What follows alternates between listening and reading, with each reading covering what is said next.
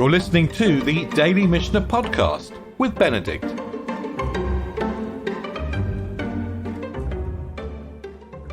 So today we're going to finish off the second chapter of Ma'aser Sheni. And we closed yesterday on the sixth Mishnah, which was about a seller of Ma'aser Sheni, which was mixed up with a seller of chulin, coins mixed up.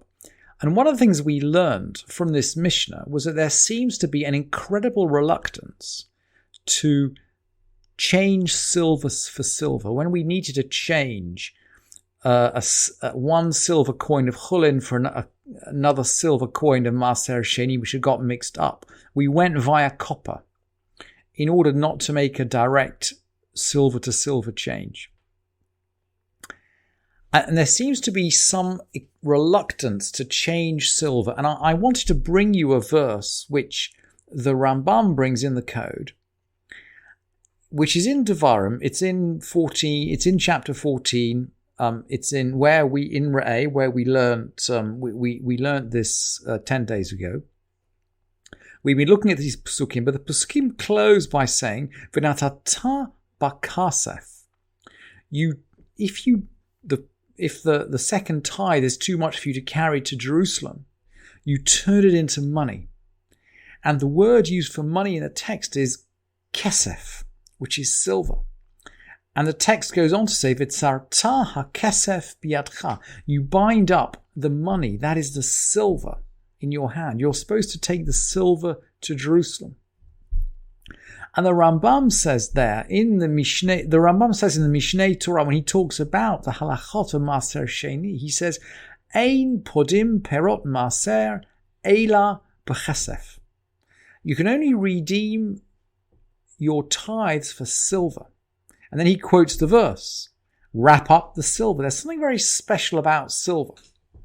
I'm going to come back to this idea that there is something special about silver as we go through the final Mishnayot of this chapter. However, we're going to begin with gold. Beit Shammai says, well, when I say we're going to begin with gold, we will focus on the question of whether you can get rid of your silver. Because Beit Shammai say, Lo yaseh adam etzla'av dinarei zahav. You can't turn your sellers, and these are silver sellers, into gold dinars. Although Beit Hillel permits it. And by the way, Rabbi Akiva brings a proof text. He says, for Rabban Gamliel and Rabbi Yoshua, I used to turn silver into gold dinars. Rabbi Akiva, remember, is the generation after Rabban Gamliel and Rabbi Yoshua.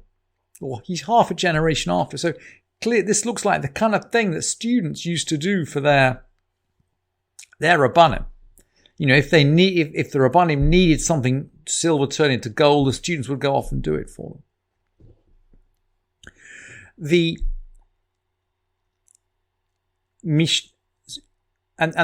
have a look at the quantities. Look, a gold dinar is 8 grams of gold, and it seems to be worth about 6 silver sellers.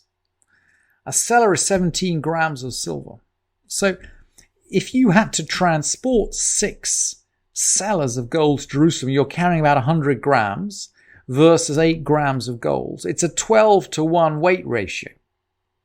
And maybe the idea of converting the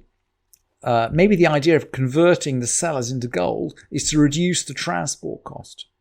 And having said that, some of the commentators suggest that the reluctance is due to, maybe someone wouldn't have enough time, would delay going to Jerusalem because they didn't have time to convert their silver into gold, or maybe the reason is, as the Rambam says, that there's some issue about silver and Ma'aser Sheni, which is very important, and we'll see this coming through the following Mishnayot, because the Mishnah goes on to say, someone who changes copper coins, Aporet Sela mi Ma'aser Sheni, someone who changes copper coins for a seller. Beit Shammai say you changed copper coins for the whole seller.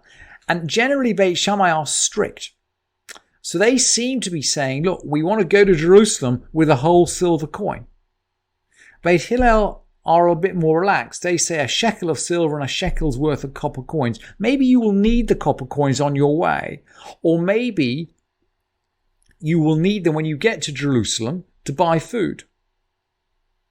And Rabbi Meir comes again with this reluctance to exchange silver for silver. He says, what about the situation where you might have maybe a shekel's worth of silver and a shekel's worth of produce? Can you exchange the coin and the produce for a silver seller? And Rabbi Meir says you can't do that. He again seems to be very reluctant to exchange silver for silver, even though the rabbis allow it. And looking back on this chart, by the way, so I put the chart on the slides for you. You can see that a seller is about 17 grams of silver, and it's worth about 2 shekels.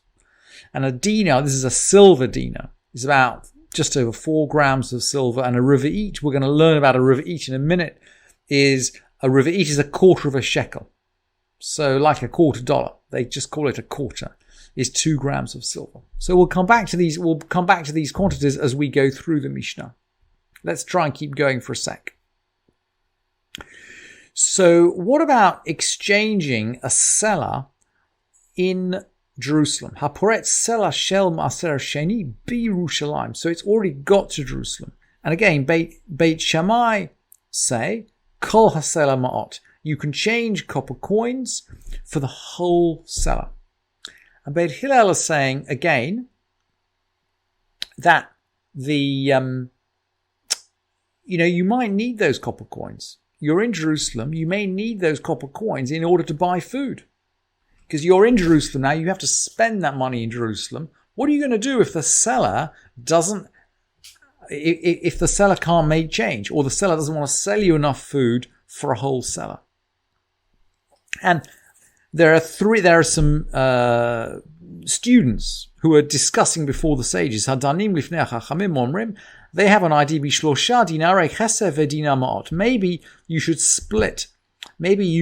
split this sum 3-1. Silver for 3 dinars and copper coins for 1 dinar. Let's just go back to the table. So you've got you have a whole seller's worth 17 grams worth of silver.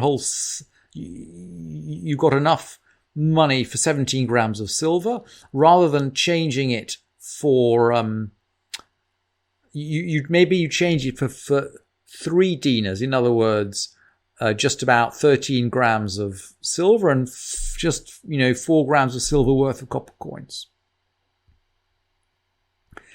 And Rabbi Akiva says silver for 3 dinars and copper coins, uriva'it ma'ot. And he's talking about, here's the riva'it, which is 2 grams of silver, which is a $0.25. And Shammai comes in. And we saw Shammai, by the way, yesterday afternoon. Sometimes Shammai the sage comes in as distinct from Beit Shammai. And they're not the same. Yeah? Shammai, the elder, is not the same as Beit Shammai. And remember, Shammai ruled strictly yesterday afternoon in the case of the vetches. And here he rules strictly again. He says, Yanichenu b'chanut, take the whole seller, put it behind the counter in the shop, v'yochal kenegda, and just keep, effectively put it on account. Put it on account and keep kind of drawing down on your account as long as you need to eat. So Shammai is strict. The Mishnah is then going to close, or this chapter of the Mishnah is then going to close on the question of Tumah and Tara.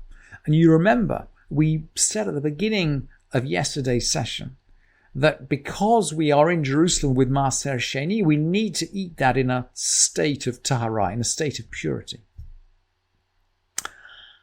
And that's difficult, and accidents can happen. So what if you're there with your family and some of the family become impure? I mean, you still have to feed your family. But how are you going to divide up the food?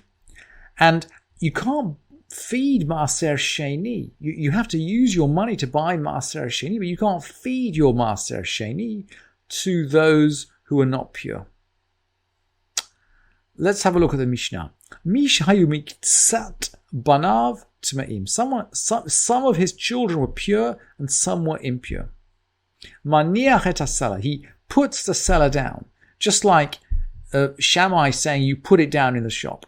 You put the seller down and you say, Ma she'atorim shotim selaza muchulalet alav. Whatever the pure drink, this seller will be redeemed for it. So you verbally change the seller for whatever those who are pure drink. And then you've got the jug and you fill the cups of the whole family. And the Mishnah closes, Nimsa'u torim utmeim shotim mikad echad. And those who are pure, those who are impure, drink actually from the same jug. And the Bartanura has a beautiful, beautiful quote, which I couldn't resist bringing you just at the end of the source sheet. And essentially he's saying, look, those who are pure drank was second tithe, and what the impure drank was non-second tithe, and they're all coming out of the same jug. But somehow magically, because of the way this redeeming has happened, they don't combine with each other. And the wine that is not the non-sacred and the sacred don't combine with each other. But when they drink it, I mean, obviously physically they do combine it, but when they drink it, the wine that they drink will retroactively, the wine that the pure ones drink will retroactively become second tithe. So the Bartanura says, look, there's an extraordinary, he's almost like he's saying there's a legal fiction going on here, which satisfies everybody. And maybe what we're learning is, the rabbis are conscious of the problems, the practical problems that the Jewish people had in going up to Jerusalem with their second tithes, maybe 3 times a year.